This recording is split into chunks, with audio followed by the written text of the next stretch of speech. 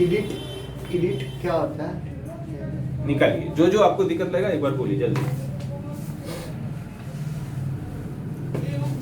हमें सब है, जब एक अंग्रेज जेम्स प्रिंसेप नाम का, है ना, आर्कियोलॉजिकल सर्वे ऑफ इंडिया, इसके सबसे पहले जो होते हैं कनिंघम, है ना, यही कनिंघम है, बौद्ध स्तूप को, महाबोधि मंदिर को, केसरिया का स्तूप को, इन सबको खोजते हैं, है ना।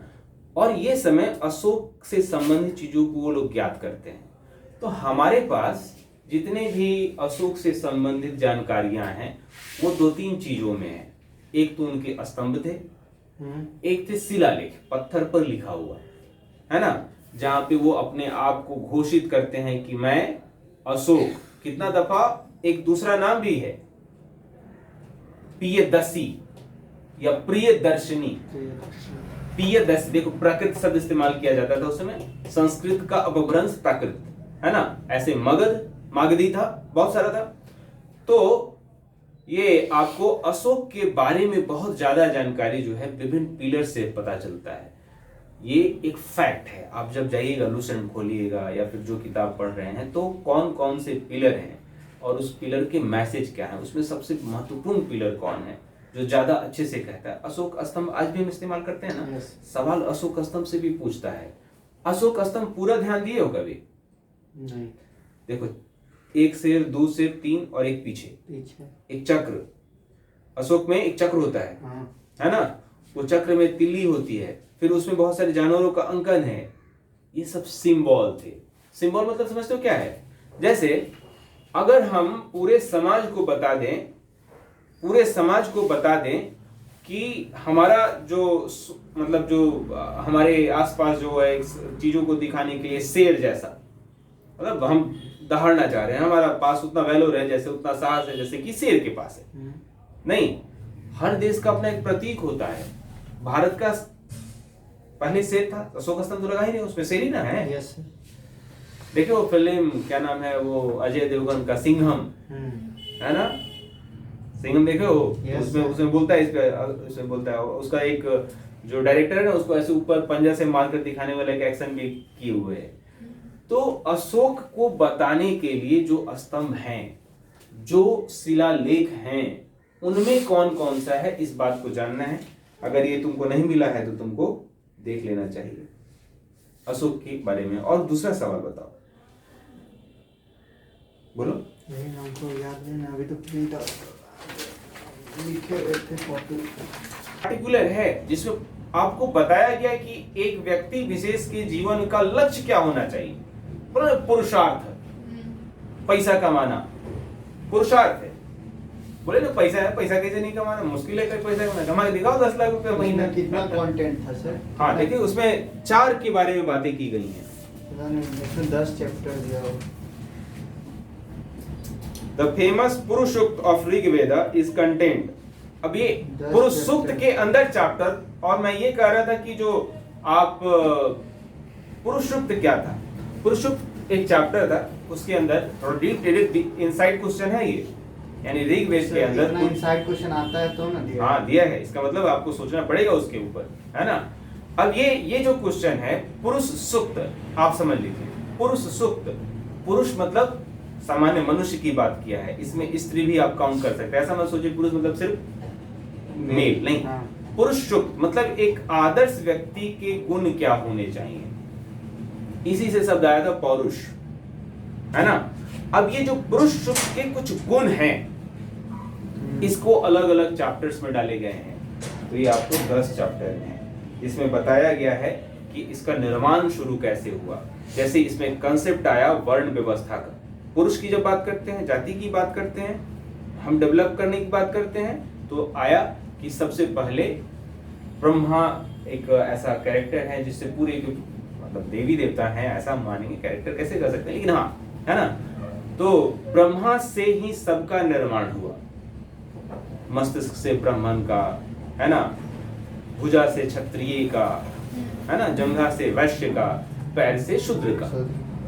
और ये पुरुष सूक्त में निर्माण की बात करता है। फिर सबके कार्य की बात करता है कि एक व्यक्ति क्या करेगा, दूसरा व्यक्ति क्या करेगा, तीसरा जाति वो क्या करेगा, और कार्य के आधार पर बंटवारा।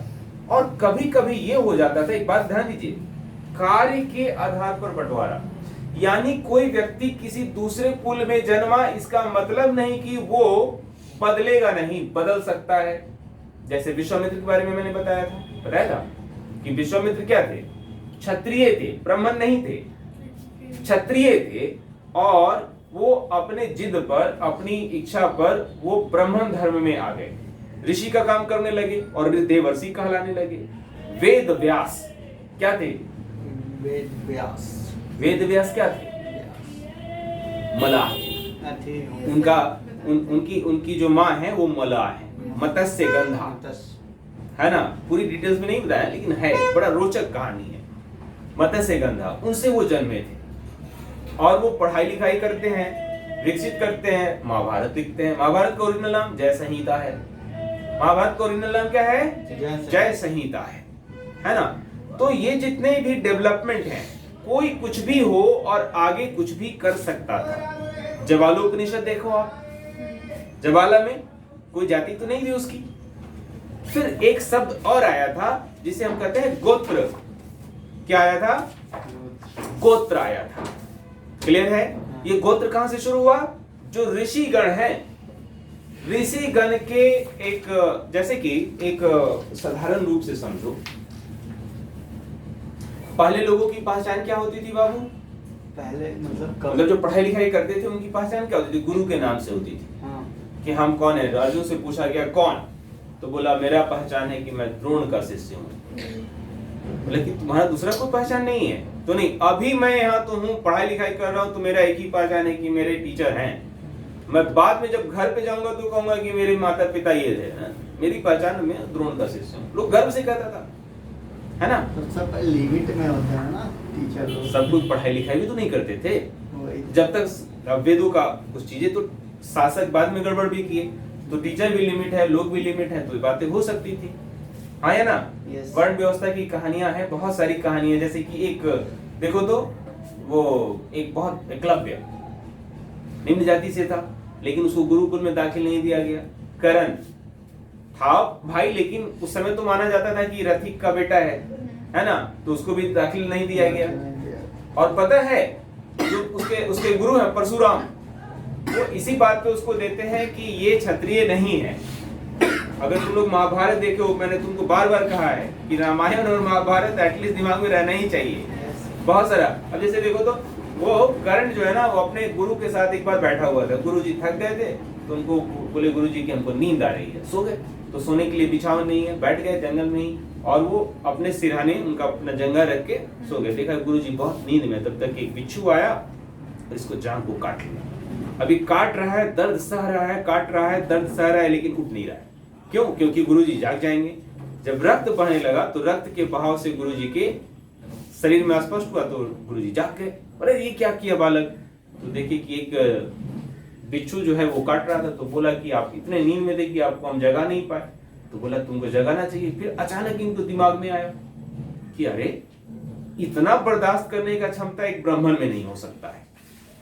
इतना बर्दाश्त करने की क्षमता, छुपाने की क्षमता, अपना मतलब घाव सहने की क्षमता, ये जो क्वालिटी है वो तो क्षत्रिय में आता है। और गुस्सा जाते हैं कि तुम अपना अभी भी जात बताओ कि तुम कौन हो।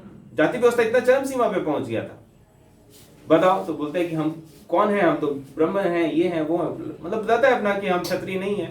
गुस्सा आ जाते हैं और श्राप दे देते हैं कि जो हम पढ़ाए हैं बहुत, जब जरूरत पड़ेगा भूल जाओगे। ये सब कहानियां हैं, बहुत रोचक है। हमारा सवाल जो बनना चाहिए ये महत्वपूर्ण है, और इन कहानियों से आपकी एक सोच बनती है।